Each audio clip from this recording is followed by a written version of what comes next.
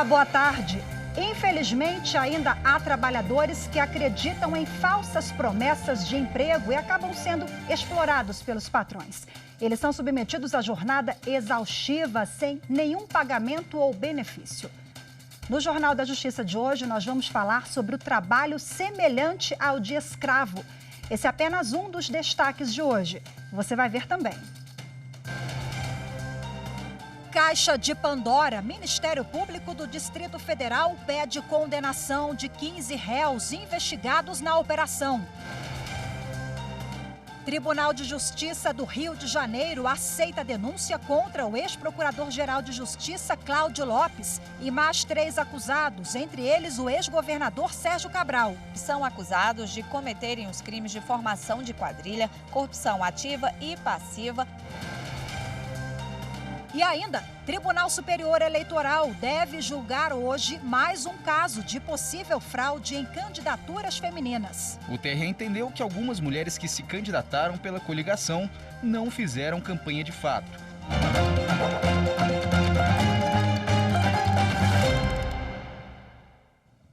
O Ministério Público do Distrito Federal pediu a condenação de 15 réus investigados na Operação Caixa de Pandora e a devolução aos cofres públicos de quase 3 bilhões de reais. Quem tem as informações e traz para a gente agora, ao vivo, é o repórter Gabriel Ciafrei.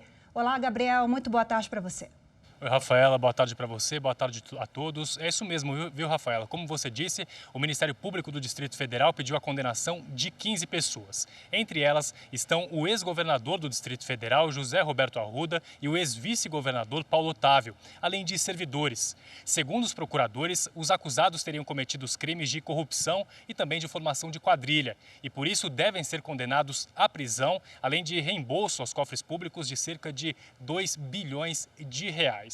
O Ministério Público afirma ainda que o esquema causou diversos prejuízos, como a queda na qualidade do serviço oferecido à população e redução da confiança da sociedade em relação ao Estado. Rafaela. Obrigado pelas informações, Gabriel. E em Minas Gerais, 4 ex-presidentes da Câmara de Vereadores do município de José Raidan, que pertence à comarca de Santa Maria do Suaçuí, foram condenados a devolver cerca de 94 mil reais aos cofres públicos. Na denúncia que foi apresentada pelo Ministério Público, consta que de 2005 a 2012, período em que eles presidiam a Câmara Municipal, foram aprovadas 2 leis que aumentaram de forma inconstitucional a remuneração do presidente da casa. Para o relator do caso, no Tribunal de Justiça de Minas Gerais, os valores recebidos pelos parlamentares excederam o teto constitucional para o cargo determinado pela Constituição Federal. Ainda cabe recurso da decisão. O Tribunal de Justiça do Rio de Janeiro aceitou a denúncia contra o ex-procurador-geral de Justiça, Cláudio Lopes, e mais 3 acusados. O ex-governador do estado, Sérgio Cabral, também está entre a lista dos réus. A denúncia foi feita pelo Ministério Público do Rio de Janeiro. Eles são acusados de cometerem os crimes de formação de quadrilha, corrupção ativa e passiva e quebra de sigilo funcional praticados entre 2008 e 2012. Essa é a primeira vez que um ex-procurador-geral de Justiça vira réu numa ação penal. Além dele e do ex-governador do Rio, Sérgio Cabral, 2 ex-secretários de Estado apontados como operadores financeiros do esquema criminoso chefiado por Cabral também fazem parte do processo. E agora um alerta para quem compra pacotes de viagem pela internet. Antes de fechar o negócio, é bom prestar muita atenção no contrato. Aqui em Brasília, um consumidor perdeu quase todo o valor pago a uma agência por solicitar o cancelamento do pacote. O caso foi parar na Justiça. Viajar nas férias é o programa de muita gente que trabalha ou estuda, mas nem sempre os planos saem como esperado. E se na véspera da viagem você tivesse que cancelar o pacote por causa de um imprevisto? E ainda por cima, soubesse que iria perder quase todo o dinheiro pago à agência? Qual seria a sua reação? É lógico que se eu estivesse sendo lesado de alguma forma, é lógico que eu buscaria os meus direitos através até da justiça, se fosse o caso. Eu, ainda que tenha previsão no contrato, eu acho que eu ia tentar, assim, eu não acho justo a empresa também não reter nada, mas um percentual abusivo eu acredito que eu ia tentar reaver. Em Brasília, um consumidor entrou na justiça depois de pedir o cancelamento do pacote e ser multado em mais de 11 mil reais. Ele havia pago R$ 12.700 pela viagem e recebeu de volta apenas R$ 1.358. Ao analisar o caso, o juiz declarou que as cláusulas do contrato, estabelecendo multa de 90% do valor, são nulas e que o valor não pode passar de 20% do que foi pago. Agora a empresa vai ter que pagar indenização por danos morais de quase R$ 9 mil. Bom, o consumidor que se deparar com um contrato de adesão que tem uma cláusula abusiva, ele tem que preparar toda a documentação e buscar o Poder Judiciário para que seja restabelecido esse equilíbrio contratual, já que ele é considerado uma parte hipossuficiente na relação.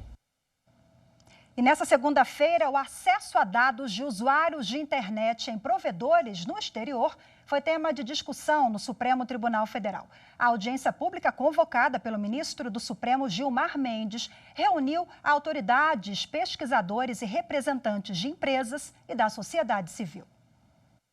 Ao todo, foram ouvidos 38 especialistas. Em ação declaratória de constitucionalidade, a Federação das Associações das Empresas de Tecnologia da Informação defende a validade de um acordo de assistência judicial penal fechado entre Brasil e os Estados Unidos em 1997 e promulgado pelo Congresso Nacional em 2001.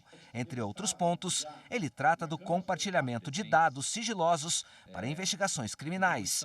Em discussão na Corte está o controle de dados de usuários por provedores de internet no exterior, previsto nesse acordo. A audiência pública serve de referência para a decisão que o Supremo Tribunal Federal deve tomar sobre o fornecimento das informações sigilosas, de forma direta, sem passar pela via diplomática, mesmo que a legislação do país de origem proteja essa informação. O representante da Federação das Indústrias do Estado de São Paulo lembrou que os Estados Unidos têm uma lei específica que determina a transferência dos dados em investigações penais, mesmo quando o banco de dados estiver fora do território do país. Ocorre que, recentemente, os Estados Unidos aprovou uma legislação chamada Cloud Act. E nessa legislação, pelo fato dos Estados Unidos ter passado pelo mesmo tipo de problema, está previsto que não importa onde os dados estejam, a empresa que está nos Estados Unidos, mesmo que esses dados estejam localizados numa filial fora dos Estados Unidos, tem que prover esse tipo de informação. Então, esse mesmo Cloud Act que eu mencionei agora abre uma possibilidade muito boa para um novo acordo internacional. Um acordo que seja célere no sentido das trocas de informações entre Brasil e Estados Unidos. É isso que eu espero que aconteça. Para o ministro aposentado do Supremo Tribunal Federal, Aires Brito, o acordo de cooperação assinado entre o Brasil e os Estados Unidos é claro. O devido processo legal em matéria penal, né, entre as autoridades judiciárias brasileiras e as americanas, o devido processo legal está consubstanciado no EMILAT. O EMILAT foi internalizado por um decreto executivo, referendado por um decreto legislativo e, portanto, já faz parte da legislação brasileira. O representante do Facebook Brasil defendeu que a permissão de acesso direto aos dados pelas autoridades brasileiras violaria a autonomia da empresa que está sediada fora do Brasil. Forçar uma controladora de dados sujeita à jurisdição dos Estados Unidos a fornecer conteúdo de comunicações de forma direta para autoridades brasileiras, arriscando violar a lei dos Estados Unidos, viola nossos princípios constitucionais, como a cooperação entre os povos para o progresso da humanidade e a solução pacífica dos conflitos. Ao encerrar a audiência pública, o ministro Gilmar destacou a necessidade de preservar direitos dos cidadãos na discussão sobre acesso a dados virtuais. A requisição de dados eletrônicos de empresas estrangeiras demanda um ajuste fino que possa equacionar as questões da legitimidade da atuação dos Estados envolvidos, a eficácia das requisições dos poderes públicos e a observância aos direitos e garantias fundamentais. E no próximo bloco, o trabalho escravo, como a legislação ampara os trabalhadores para evitar que isso aconteça. Os detalhes daqui a pouco, eu volto em instantes. Direitos iguais, né, para as pessoas serem tratadas sem diferença, né, de modo igual para todos também.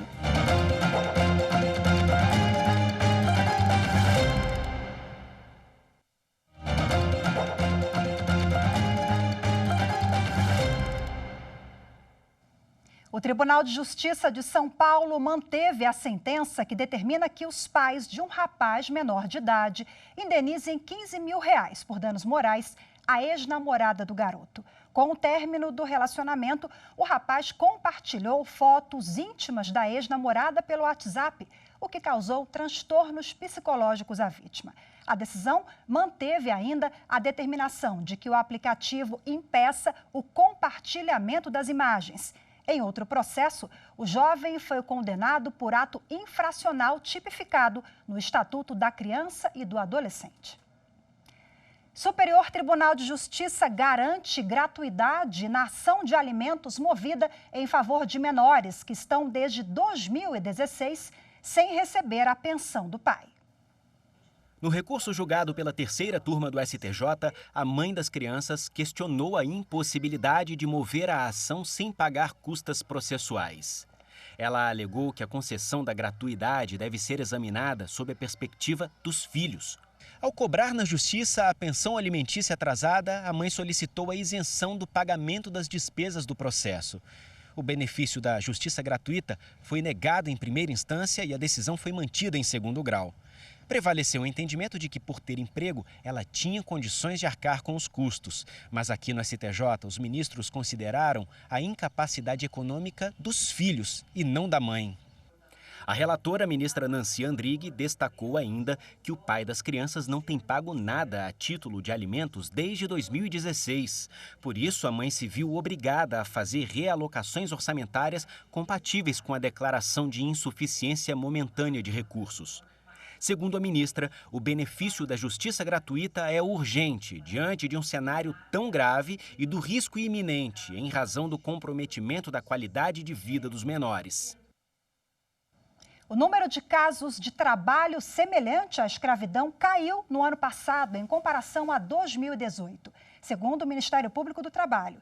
Mas situações de abusos e exploração ainda são frequentes em várias partes do país. A redução do número de pessoas sujeitas a trabalho escravo no Brasil no ano passado foi de quase 40%, na comparação com 2018. Em números absolutos, foram 691 pessoas a menos. Já o número de denúncias aumentou nos últimos anos. O trabalho escravo ocorre quando pessoas são submetidas a trabalho forçado, servidão por dívidas, jornada exaustiva e condições degradantes. A grande maioria dos casos ocorre na zona rural. Segundo o Ministério Público do Trabalho, 87% dos flagrantes são de trabalhadores levados para o cultivo de café, cacau em diversas partes do país. Pessoas que acreditam em falsas promessas de emprego e acabam exploradas pelos patrões. Desde 2002, o Ministério Público do Trabalho promove ações de combate a este crime por meio da Coordenadoria Nacional da Erradicação do Trabalho Escravo. A coordenadora do grupo explica que o poder público, além de tirar o trabalhador da exploração, deve dar apoio e evitar novos casos. O Ministério Público do Trabalho está trabalhando, se organizando para atuar de forma estratégica. Então está sendo feito um trabalho de inteligência em parceria com outras instituições, para que a gente consiga chegar aos locais onde há fortes indícios de trabalho escravo, independentemente de receber denúncia.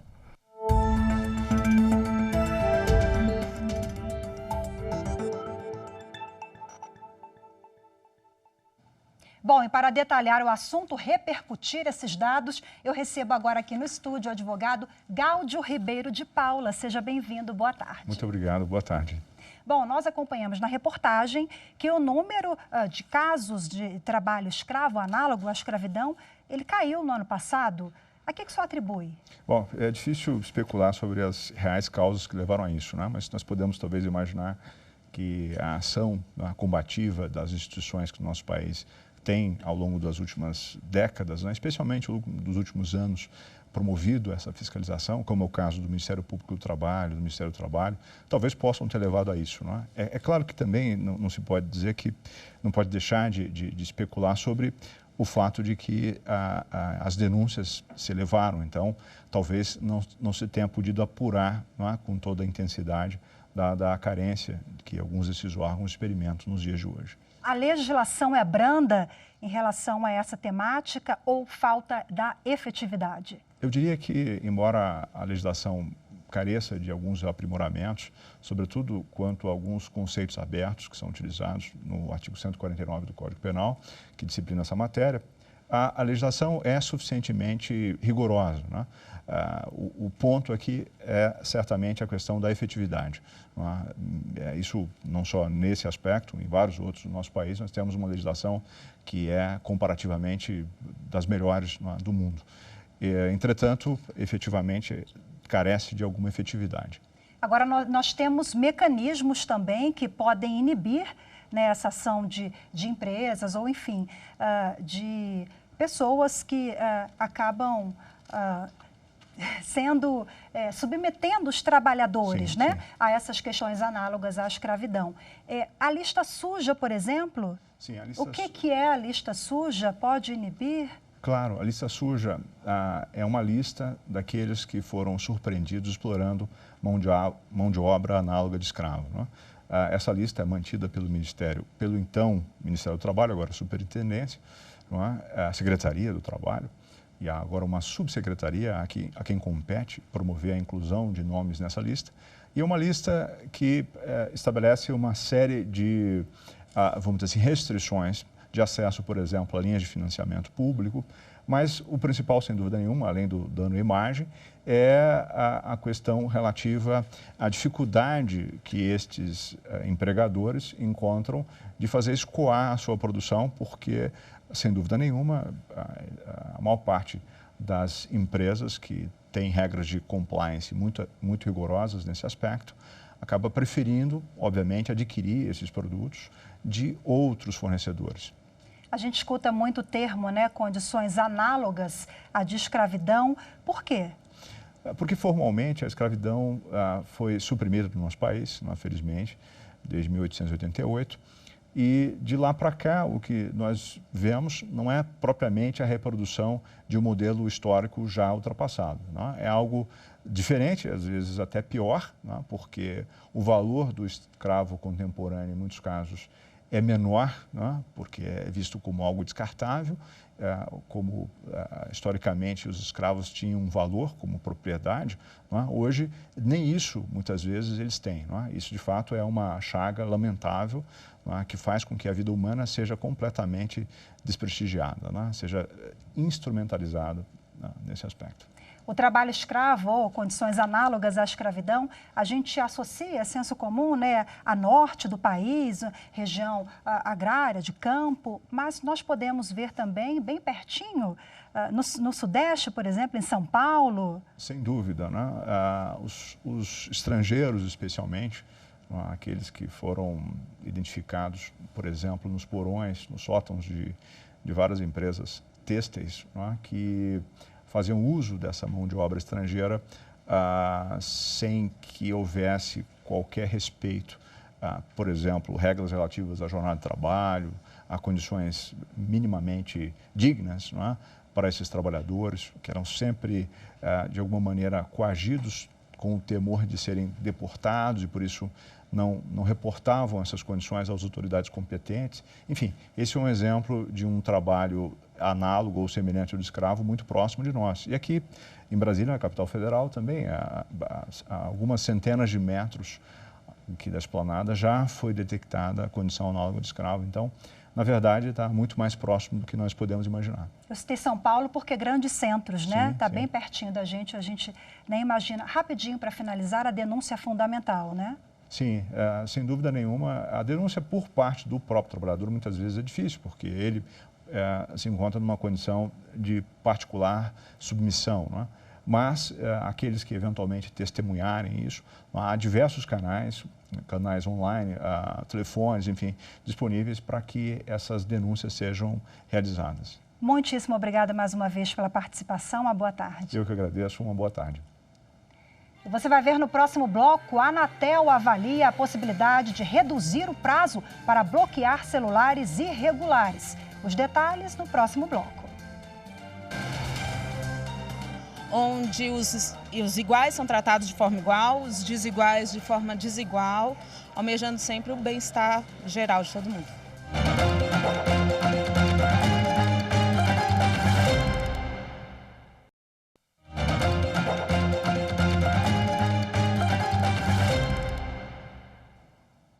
E Na sessão plenária de hoje, o Tribunal Superior Eleitoral deve julgar mais um caso sobre uma possível fraude em candidaturas femininas para alcançar o percentual mínimo de gênero previsto na legislação. Está previsto na pauta um processo da cidade de Viadutos, no Rio Grande do Sul. O Tribunal Regional Eleitoral do Estado cassou a coligação Unidos por Viadutos para as eleições proporcionais de 2016. O TRE entendeu que algumas mulheres que se candidataram pela coligação não fizeram campanha de fato, o que comprovaria a falsidade das candidaturas. O ministro Sérgio Banhos é o relator do caso. Os ministros também devem analisar recurso contra Edivaldo Holanda Braga Júnior, reeleito prefeito de Manaus em 2016. Na ação, ele é acusado de abuso de poder econômico e uso indevido dos meios de comunicação durante a campanha à reeleição. Esse processo está com pedido de vista para o ministro Luiz Roberto Barroso. Com a autorização da Justiça, a Polícia Civil do Distrito Federal deflagrou a Operação Poseidon na manhã de hoje para desarticular a organização criminosa de tráfico interestadual de drogas. A ação tem como foco principalmente drogas sintéticas, como o êxtase e o LSD. Ao todo, 28 mandados judiciais foram cumpridos, sendo 12 de prisão temporária e 16 de busca e apreensão. De acordo com as investigações, o grupo atuava no Distrito Federal e em Santa Catarina. A Anatel, a Agência Nacional de Telecomunicações, avalia a possibilidade de reduzir de 75 para 15 dias o prazo para bloquear celulares irregulares após a notificação. Desde 2018 até dezembro do ano passado, a agência já bloqueou mais de 1.350.000 aparelhos. Em 2018, o Brasil tinha 235 milhões de linhas, 28 milhões de celulares a mais que o número de habitantes. Muitos desses aparelhos são irregulares e usados para cometer crimes. Além disso, aparelhos comprados na clandestinidade não têm o certificado homologado pela agência para garantir o bom funcionamento da linha. É por causa disso que a agência mantém o programa Celular Legal, que bloqueia aparelhos irregulares. Todo terminal que é ativa na rede, ele é verificado se ele é irregular e o usuário hoje é avisado. No prazo de 75 dias o equipamento é bloqueado. Existem estudos para a gente reduzir esse prazo, já que a gente viu que esse prazo se mostrou até conservador. A gente quer reduzir o prazo até para tornar esse projeto mais efetivo. Mais de 1.350.000 aparelhos celulares já foram bloqueados em todo o país. Para saber se o aparelho está regularizado, primeiro é preciso descobrir o e-mail, digitando asterisco, jogo da velha, 06 e jogo da velha novamente. Depois, basta digitar o número desse e-mail no site da Anatel. O objetivo da medida da Anatel é combater o uso de aparelhos falsificados ou com o e-mail, que é a identidade do aparelho, alterado, clonado ou usado para cometer fraudes. A agência também quer impedir a venda de aparelhos não homologados, porque sem o selo da Anatel, a segurança do brasileiro corre risco. São comuns casos de aparelhos que não passam por esse controle de qualidade e segurança apresentarem defeitos que colocam em risco os consumidores, como choques elétricos e baterias que explodem. Este advogado explica que, além dos prejuízos à saúde, tanto quem vende quanto quem compra celular pirata pode responder na justiça. E o que muita gente acaba não sabendo é que quem participa disso também vai responder, como é o caso de pessoas que sabem da origem daquele produto, que não é lícita, e decidem, de certa forma, fazer um terceiro de boa-fé a comprar esse produto, a adquirir, essa pessoa também vai responder. E em apenas 24 horas, mais de 1.200 pessoas se inscreveram nos cursos online do STF Educa, projeto do Supremo Tribunal Federal em parceria com o Conselho Nacional de Justiça. Já são mais de 3.600 inscritos em menos de uma semana. O projeto de educação à distância oferece de graça os cursos de introdução ao direito constitucional e ao controle de constitucionalidade, atualização gramatical e, quando nasce um pai, orientações básicas sobre paternidade responsável. Para ter mais informações sobre os cursos e saber como se inscrever, basta acessar a página do STF na internet, que é stf.jus.br. E você participe do Jornal da Justiça? Mande a sua sugestão de reportagem para o nosso WhatsApp. Anote aí, é o 61 99260 6116. O Jornal da Justiça de hoje fica por aqui. Você acompanha agora o programa Artigo 5º. Muito obrigada pela sua companhia, uma boa tarde para você e até amanhã.